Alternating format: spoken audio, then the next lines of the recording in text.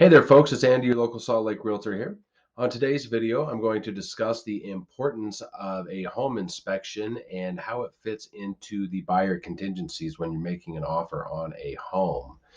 Before I dig into all of this info, I'd hope that you like this video when you do see information that you like. Subscribe to the channel and tap the bell there to be notified of any new content that I put up on Salt Lake Lifestyle. So, without further ado, let's talk about the importance of an inspection. So when you buy a home and you're out shopping for a home and you make an offer on a home and it gets accepted, there are contingencies that are written into the offer. The first being seller disclosure, which is part of due diligence, buyer's due diligence, and then your finance and appraisal contingency. These contingencies allow you as the buyer to feel absolutely 100% comfortable moving forward with the purchase of that property.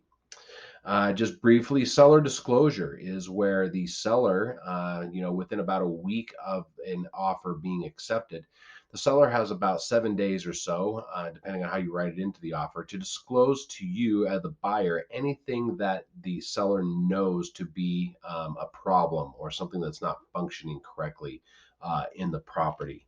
An example of this is a leaky faucet, cracked foundation, or simply doors that do not close properly.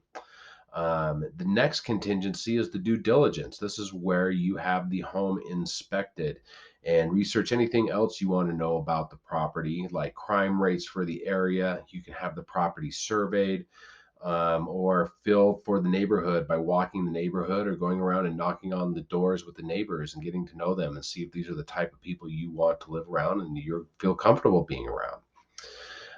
The final contingency is the finance and appraisal deadline. This is the amount of time in the offer that you allow yourself to obtain a mortgage and make sure the property appraises, for the amount, the agreed upon purchase price. And then once you get those contingencies out of the way, is then you move forward with settlement and you don't have any reason to withdraw your offer. So, digging into the nuts and bolts of what we're talking about today and the importance of an inspection. Again, the inspection happens during the due diligence period of the offer. This is about 14 days, approximately 14 days after an offer has been accepted, to give you enough time to have the property inspected and any other research you want to do on the property, like I say, to make sure you feel 100% comfortable moving forward with the purchase. When you do hire an inspector to inspect the property, the inspector is making sure that it is safe, structurally sound, and that all systems work properly. An inspector should be a licensed inspector, but it could be anyone that you feel comfortable with inspecting a home.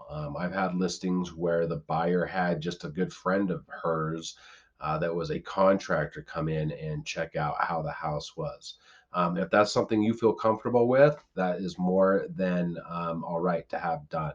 But I do recommend having a licensed inspector come in and check out the house. Now, one thing to keep in mind about inspectors too is that inspectors are trained to identify problems with the house. They are not trained how to fix the problem. So if you can get a licensed inspector that is also a licensed general contractor, that really helps out. And that's who I use, so that they can identify the problems and then tell you about how important and now necessary it is to get that problem resolved, or how long you have, because they've got really good real world experience in dealing with problems like that. So the cost of an inspection can run between $300 and $600, depending on how large the home is that you want to purchase.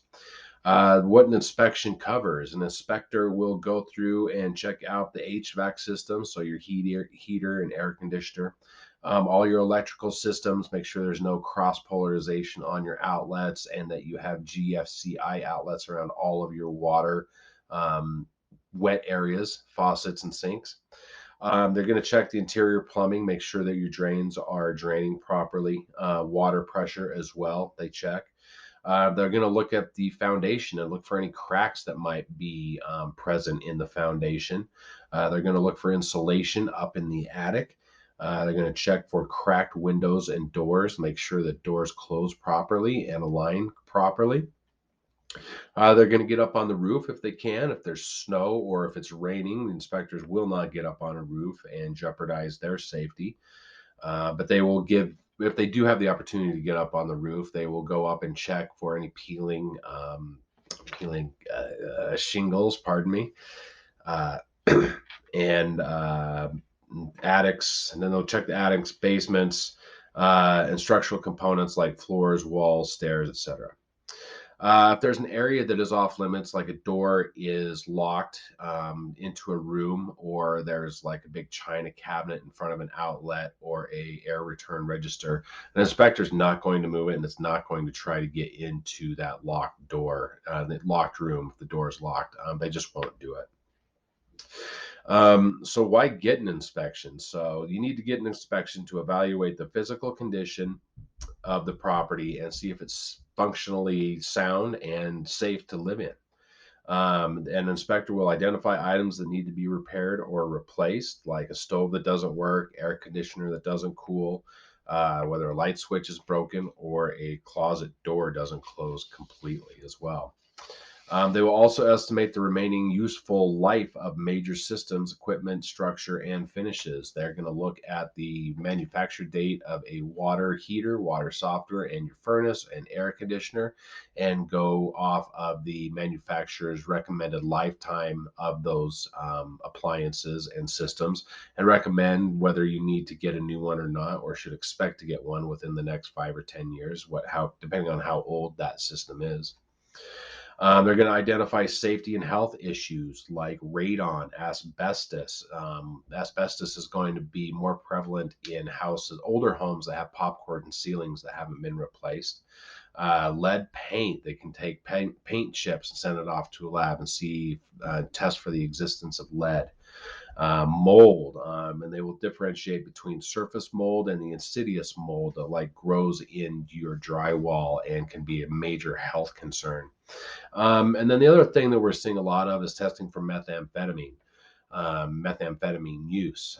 Weirdly enough, the houses that are coming back hot from methamphetamine, ironically enough, are going to be the ones that have just been renovated. You'd have a house painter come in and get high while they're painting, and that stuff's going to come up and come up on a test for methamphetamine. Weirdly enough, we don't see it very often, but when we do see it, those seem to be the properties that are getting hit with the presence of meth. Whether or not it's a health issue because of the level of meth, that's up to you to decide and what the local government and your local health department decides. But yeah, we are getting some of those. Again, not very many. Things to consider in a hot market and contingencies in a hot market. We're seeing a lot of buyers waive all these contingencies like buyer due diligence, finance, and appraisal deadline. But to make an offer more appealing to a seller in today's competitive market, many buyers are waiving contingencies like due diligence. According to redfin.com, 20% of winning home offers waived inspection contingency in 2020. Now, by waiving the due diligence condition, the buyer may lose the ability to conduct inspections and evaluations of the property, and you cannot withdraw your offer based off of that. So if you waive your contingencies, you're going to see the deal through till the end, no matter what an inspection may or may not reveal. Whether or not it's worth the risk to skip a home inspection is completely up to you as a buyer. But as an agent, we highly recommend having a home inspected. And as a listing agent, I recommend to my sellers to have the home inspected and allow the buyers to do that in order to prevent any potential litigation afterwards, after the purchase and sale of your home. As a listing agent, I do that because contracts are only as good as the attorneys that you hire to fight them. Keep that in mind. Um, Again, if you do waive contingencies and you try to withdraw your offer, you will then be considered in default, and the seller has many remedies to come after you to make sure that you do perform under the terms of the contract. So, in closing, home inspections take place during the due diligence period of the purchase contract. Inspector checks for safety issues, structural condition of the property, and if systems and appliances work correctly. Strongly recommended as an agent that you do have a home inspected, and if you do list your house, allow an inspection to take place to make sure the house is safe and to save you money in the long run.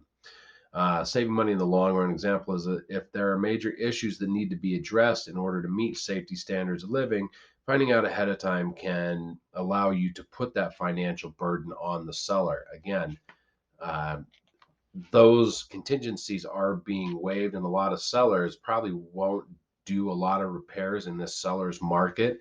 In a normal traditional market, when you do have the home inspected, you can approach the seller and ask for certain things to be repaired or replaced. Again, homes are sold as is in Utah, and it is completely up to the discretion of the seller whether or not they will or want to do any repairs to the home.